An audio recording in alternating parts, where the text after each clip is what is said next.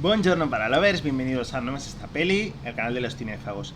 Ya sabéis que desde esta casa, desde este canal, somos muy fans del Whodunit. Y hoy vamos a hablar de una serie, bueno, ya lo veremos, de una serie Whodunit española que me ha sorprendido un poco.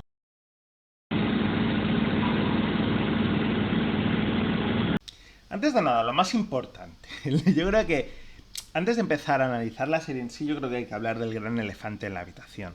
Yo ya lo he dicho muchas veces, si sois un poco asiduos al canal ya lo sabéis, yo soy muy fan de Crimen en el Paraíso, me parece...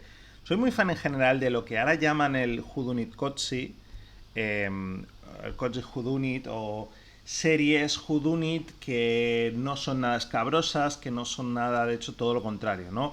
Whodunit, lo comenta muchas veces, es un género que se da bastante en las series porque es un da pie a lo episódico y a raíz de, esto también lo he dicho alguna vez, ¿no? A raíz de Puñales por la espalda se ha puesto un poquito de moda. Pero Whodunit siempre estuvo, sobre todo en series, porque es lo que digo, ¿no? El formato de resolver un asesinato por episodio es súper clásico, súper antiguo, y funciona, la verdad es que funciona bastante bien en formato episódico, en formato serie. Como digo, uno de los grandes baluartes de esto ha sido Crimen en el Paraíso. Crimen en el Paraíso es una serie eh, franco-inglesa, franco-británica, una serie que está producida por tanto Inglaterra como Francia.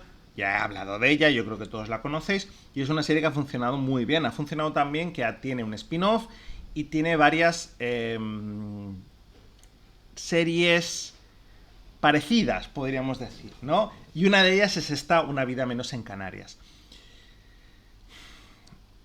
Como sucedáneo español de Crimen en el Paraíso, deja bastante que desear. Crimen en el Paraíso es bastante superior en todos los aspectos. Para empezar, la propia concepción de la serie, es decir, Crimen en el Paraíso nos cuenta la historia de policías ingleses. Primera temporada es un perfil muy concreto, pero bueno, van cambiando los policías. Policías británicos, mejor dicho, porque tenemos, por ejemplo, un escocés también. Policías británicos que van a una pequeña isla francesa a investigar como policías, y tenemos un contraste cultural muy fuerte entre la rigidez británica y ese ritmo caribeño, podríamos decir. Aquí han intentado hacer lo mismo. ¿Cuál es la cuestión? Que lo han hecho con Canarias.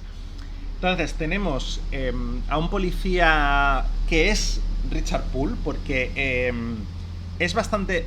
No llega a esos niveles y de hecho tiene ciertas particularidades, pero de momento están... Esta primera temporada es bastante parecida a la primera temporada de Crimen en el Paraíso. En este sentido tenemos a un policía serio, que viene de Madrid, que lleva unos ritmos muy madrileños con el contraste canario. Que te lo venden un poco como si fuera una isla tropical, como si fuera una isla caribeña con, bueno, aquí tenemos otros tempos, aquí tenemos otra temperatura, que eso, vale, esto te lo compro. Tenemos cosas autóctonas, que eso también te lo compro. Y tenemos otros tempos y otras formas de actuar, y aquí la vida es mucho más relajada, que es algo parecido a lo que hace, como digo, Crimen en el Paraíso, ¿no? En ese sentido, como trasunto o como copia o como versión, como le queréis llamar, de Crimen en el Paraíso, como digo, deja bastante que desear, es inferior, ¿vale? La versión española es inferior. De otras cosas porque es muy poco novedoso. Si eres como yo fan de la versión original, es que es prácticamente un trasunto uno a uno, es decir, es la primera temporada, con las cosas de la primera temporada, con la relación entre los dos policías bastante parecida a la primera temporada, pero peor llevado. Dicho esto, dicho esto, ¿eso significa que Una vida menos en Canarias sea una mala serie? No, ni mucho menos.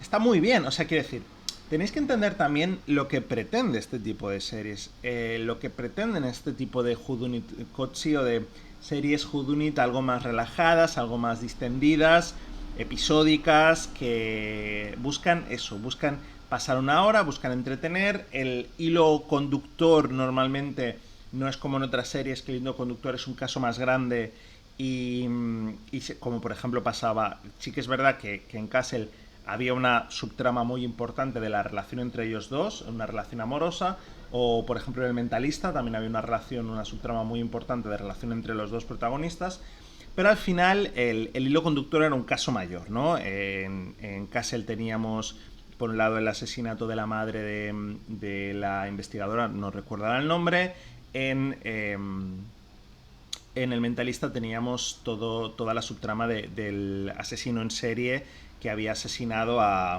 la mujer y a los hijos del protagonista, ¿no? Aquí no, ni en Crimen en el Paraíso ni aquí tenemos esa subtrama. Aquí es puramente la subtrama que une la serie o la subtrama o el caso, el tema más importante, el hilo conductor de la serie son las propias relaciones que se van forjando entre los protagonistas.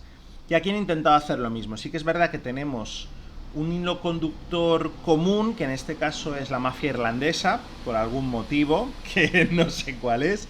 Pero bueno, tenemos un caso de la mafia irlandesa que es el que lleva en primer lugar al investigador, al protagonista, a ir a Canarias a investigar. Pero más allá de eso, una vez más, son las relaciones que se van forjando entre los compañeros. ¿Por qué digo esto? ¿A qué me refiero? Porque este tipo de series no buscan ni Crimen en el Paraíso ni Una vida menos en Canarias, buscan en ningún tipo de caso, o Los misterios de Laura, o la serie de este estilo que queráis, son series muy desenfadadas, son series muy entretenidas, son series que buscan eso, entretener a la gente, pasar una hora buena, beben más es eso, es esta tipo de whodunit que bebe mucho más de una Agatha Christie, por ejemplo, que por eso a mí me gustan tanto, que no de algo más truculento que se está poniendo ahora muy de moda, porque es verdad que también hay un tipo de... Se está poniendo ahora de moda la novela negra súper truculenta, tipo Memento Mori, que es una serie que no está mal, de decir, pese a cosas. Decidme si queréis, venga, va, decidme si queréis que haga reseña de Memento Mori, porque me enfadé un poquito con Memento Mori. Me gustó, me estaba gustando mucho, pero me enfadé un poquito con la resolución. Pero bueno, busca otro tipo, otra cosa, ¿vale? ¿A qué me refiero con esto? Porque he leído críticas de Una vida menos en Canarias que la acusan como de ser un poco tonta. Y es un poco la intención. A mí no me parece una serie tonta para nada, me parece una serie... De hecho, creo que el formato Netflix le puede llegar hasta funcionar bien, el formato de vídeo bajo demanda, porque son series que te pones un capítulo y... Sí que es verdad que es más formato televisivo, es más formato lineal de televisión, porque te lo pones un capítulo mientras estás comiendo, incluso te la puedes poner mientras estás fregando o haciendo cosas de la casa, término que he conocido hace poco, que le llaman segunda pantalla.